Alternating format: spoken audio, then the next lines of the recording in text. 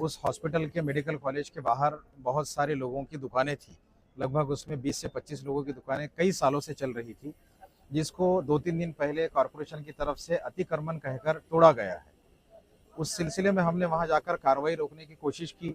उस वक्त वहां जो उसके इंचार्ज थे उनसे भी बात की। उसके बाद कमिश्नर साहब से आकर मिला, उनसे बात की। उन्होंने हमको ये आश्वासन दिया कि हमने ये दुकानें तोड़ने के लिए पहले एक इनको इंटीमेशन दिया था, इसलिए अब हम ये कार्रवाई नहीं रोक पाएंगे, लेकिन आप आए हैं इसलिए हम आपको ये कंसीडर करेंगे कि इन लोगों का पुनर्वसन किया जा सकता है, यानी रिहेबिलिटेशन किया जा सकता है। उसी ताल्लुक से अब 2-3 दिन बाद हम आज फिर आए हैं। जितने लोग वहाँ पर दुकानें चला रहे थे, जिनके घरों की परेशानियाँ हुई है, उनकी दुकानें टूट गई है, अब उनके खाने पीने के लिए मसाइल है। बहुत सारे लोगों का वहाँ टेम्परेरी रहना था, तो बहुत सारे लोग रास्ते पर आए हैं। ये चीज़ बहुत ही दिल को छूने वाली है और दर्द बांटने वाली चीज़ ये होगी कि हम इनकी मदद करें। ये सोचकर हम सारे लोगों के साथ कमिश्नर साहब से दोबारा मिले, उनके साथ ये नुमाइंदगी की कि जिन लोगों को तकलीफ़ हुई है उनकी दुकानें दोबारा वहाँ खोलने की परमिशन दी जाए। म्युनिसिपल कमिश्नर साहब जी श्रीकांत साहब ने ये हमसे वादा किया है सबके सामने कि हम इनको दुकानों को रिहेबिलिटेट यानी पुनर्वसन करने के लिए बहुत जल्द कोशिश करेंगे। मैंने उनसे ये रिक्वेस्ट किया हूँ कि सर इन लोगों के खाने पीने और इसकी सारी परेशानी हो रही है, तो मेहरबानी करके आप विद इन अ वीक, एक हफ्ते के अंदर ये डिसीजन ले लीजिएगा कि इन लोगों की दोबारा ये दुकानें खुल जाए। अगर ये दुकानें खोलते हैं तो कमिश्नर साहब ने हमको ये बताया कि मेडिकल कॉलेज में चूँकि वहाँ पर पेशेंट्स को फ्री ट्रीटमेंट मिलना चाहिए, जिससे मैं भी सहमत हूँ, तो ये बाहर मेडिकल स्टोर्स ना खोलते हुए दूसरे व्यवसाय शुरू करें। जैसे वहाँ पर खाने की दुकान हो सकती है, सामान की होगी, कपड़े की होगी, चप्पल जूते की होगी। वहाँ पर जैसे ब्रेड मिलेगा, कुछ ऐसी चीज़ें रहेगी जो हेल्दी है, लेकिन वहाँ पर सिगरेट, तंबाकू, गुटखा और मेडिकल स्टोर, इन चीज़ों की परमिशन नहीं दी जाएगी, जिसको मेरा भी समर्थन रहेगा। इसके आगे के एक स्टेप हमारी ये रहेगी कि मेडिकल स्टोर की प्रीमाइसेस में एक गवर्नमेंट का मेडिकल स्टोर है, जहाँ से गरीब मरीजों को दवाइयाँ खरीदना पड़ती है। मैं बिल्कुल उसके खिलाफ हूँ। गवर्नमेंट अगर ये मेडिकल कॉलेज चला रही है और हॉस्पिटल चला रही है, तो वो मेडिकल स्टोर बंद करना होगा और आने वाले हर पेशेंट को, चूंकि वहाँ आने वाला पेशेंट आमतौर पर गरीब ही होता है, कोई अमीर जो पैसे दे सकता है वो गवर्नमेंट मेडिकल कॉलेज में नहीं आता है, तो उसको सारी दवाइयाँ 100% सारी फैसिलिटीज़ मुफ्त मिलना चाहिए। अगर ऐसा नहीं होता है तो एक हफ्ते के बाद हम उस पर एक कड़ा आंदोलन शुरू करेंगे और उसके लिए मुझे लगता है कि हमारे सब ये लोगों के साथ साथ बाकी लोग भी उसमें शामिल होंगे और हमारी ये पूरी इच्छा रहेगी कि हर गरीब को, हर मरीज को पूरी सुविधा गवर्नमेंट से फ्री मिले। और हमारे साथ ये जितने लोग खड़े हैं, जिन लोगों की दुकानें टूटी है, इनको पुनर्वसन होने तक हम ये फॉलोअप लेते रहेंगे।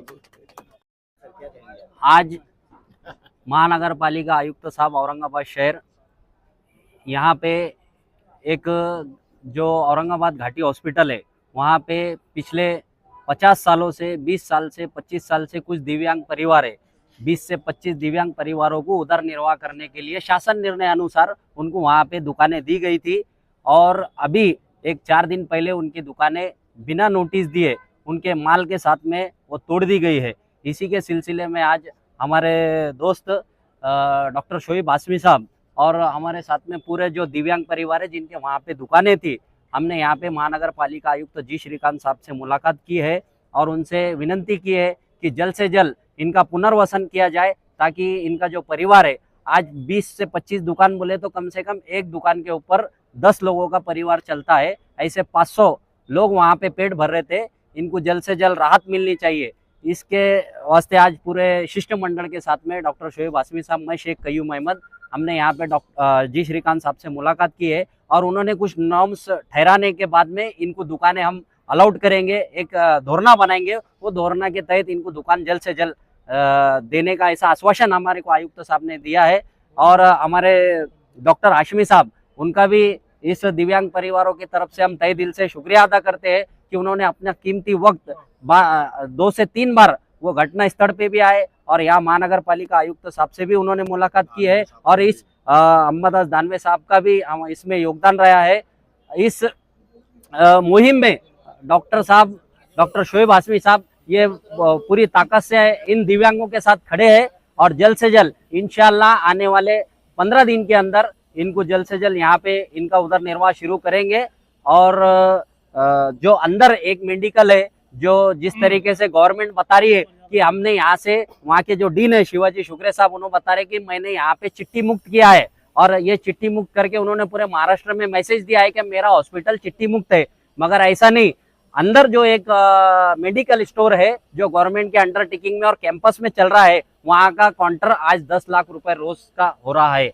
तो इसका मतलब चिट्ठी मुक्त नहीं हुआ है। 10 लाख रुपए की मेडिसिन गोर गरीब लोगों की जेब से वहां से खरीदी जा रही है। इसका भी हम निषेध करते हैं। जल्द से जल्द ये मेडिकल भी बंद होना चाहिए। अगर ये मेडिकल बंद नहीं होता है तो चाहे वो लोग सरकार में रहो या विरोध में रहो, इसका हम निषेध करेंगे और ये मेडिकल जल्द से जल्द उनको बंद करना पड़ेगा।